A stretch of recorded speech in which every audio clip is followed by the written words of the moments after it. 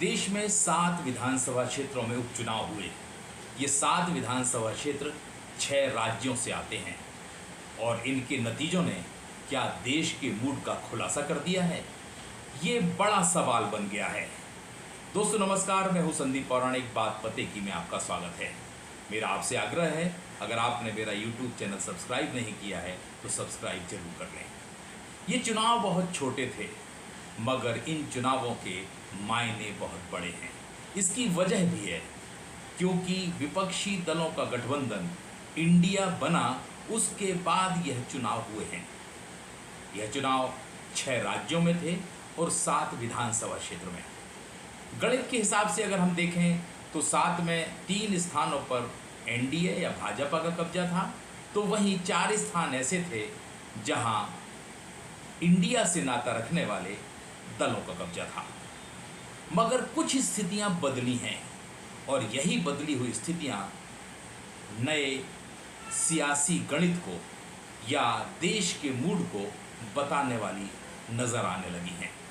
इनमें सबसे महत्वपूर्ण चुनाव उत्तर प्रदेश के घोसी का था, जहां समाजवादी पार्टी से चुनाव जीतने वाले दारा सिंह ने दल बदल किया और वे भारतीय जनता पार्टी में शामिल हो गए। उनके साथ जो नेता हैं पिछड़ों के बड़े नेता माने जाते हैं, ओम प्रकाश राजभर। और हर कोई यही मान के चल रहा था कि घोसी वो विधानसभा क्षेत्र है जहां 50,000 से ज़्यादा वोट राजभर समाज के हैं। इसके अलावा भी पिछड़े वर्ग के वोट हैं। तो वहीं भारतीय जनता पार्टी का वोट बैंक सवर्णों को भी माना जाता है।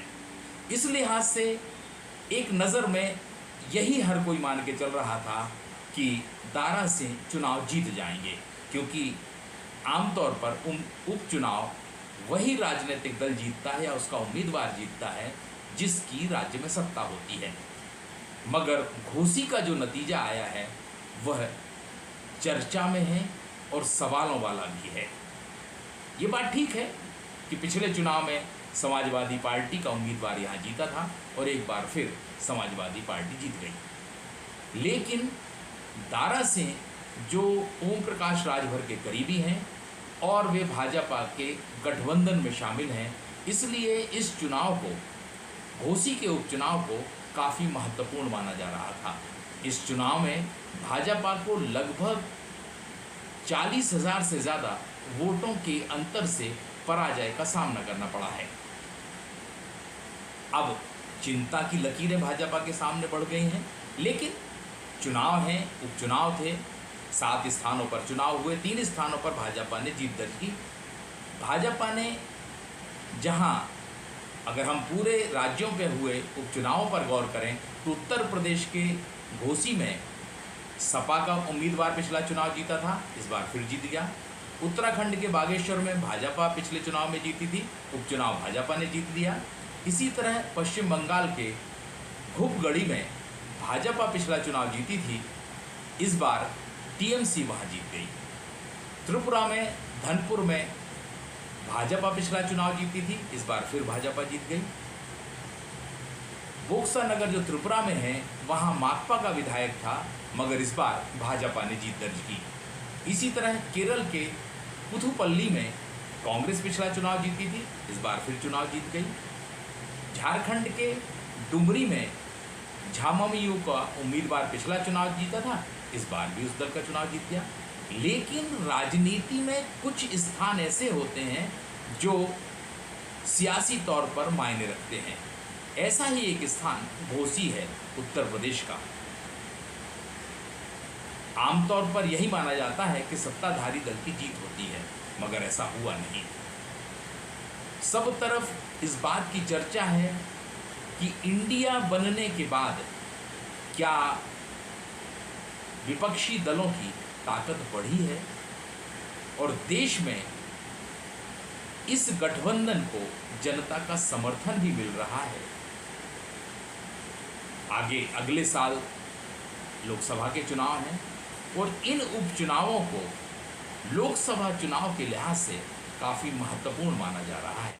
इन विधानसभा उपचुनावों में क्या देश का मूड छुपा है, ये कहा तो नहीं जा सकता, मगर हाँ, इतना जरूर है कि उत्तर प्रदेश के घोसी विधानसभा क्षेत्र का नतीजा भाजपा के लिए चिंता बढ़ा देने वाला जरूर है। क्या वाकई में भाजपा इस चुनावी नतीजे से कोई सीख लेगी या नहीं, ये तो वक्त बताएगा। लेकिन घोसी का जो नतीजा आया है वो बड़े संकेत देने वाला है। क्या पिछड़ा, दलित और मुस्लिम एक साथ हो गया है और वह समाजवादी पार्टी या इंडिया के साथ जुड़ गया है? वहीं एक पक्ष और है, वो है मायावती का, बहुजन समाज पार्टी का, जिन्होंने यह चुनाव नहीं लड़ा। यहां से जब भी बसपा का उम्मीदवार चुनाव लड़ा है वो 50,000 से ज्यादा वोट ले गया है। मायावती ने अपने समर्थकों से कहा था कि वे इस चुनाव में किसी भी राजनीतिक दल को वोट नहीं दें, या तो वे घर से नहीं निकलें और अगर वोट देने जाएं तो वे नोटा पे दबाएं। मगर मजे की बात यह है कि नोटा को मुश्किल से 2,500 वोट मिले हैं।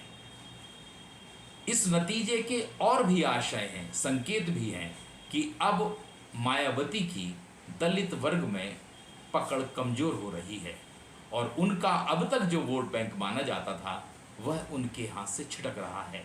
यही कारण है कि समाजवादी पार्टी को घोसी में जीत मिली है। आने वाले दिनों में क्या होता है, राजनीतिक समीकरण किस तरह से बनते हैं और सियासत किस गति से चलती है, वो किस राह पर चलती है, ये तो वक्त बताएगा। दोस्तों, आज के लिए बस इतना ही। मुझे दीजिए इजाज़त। नमस्कार।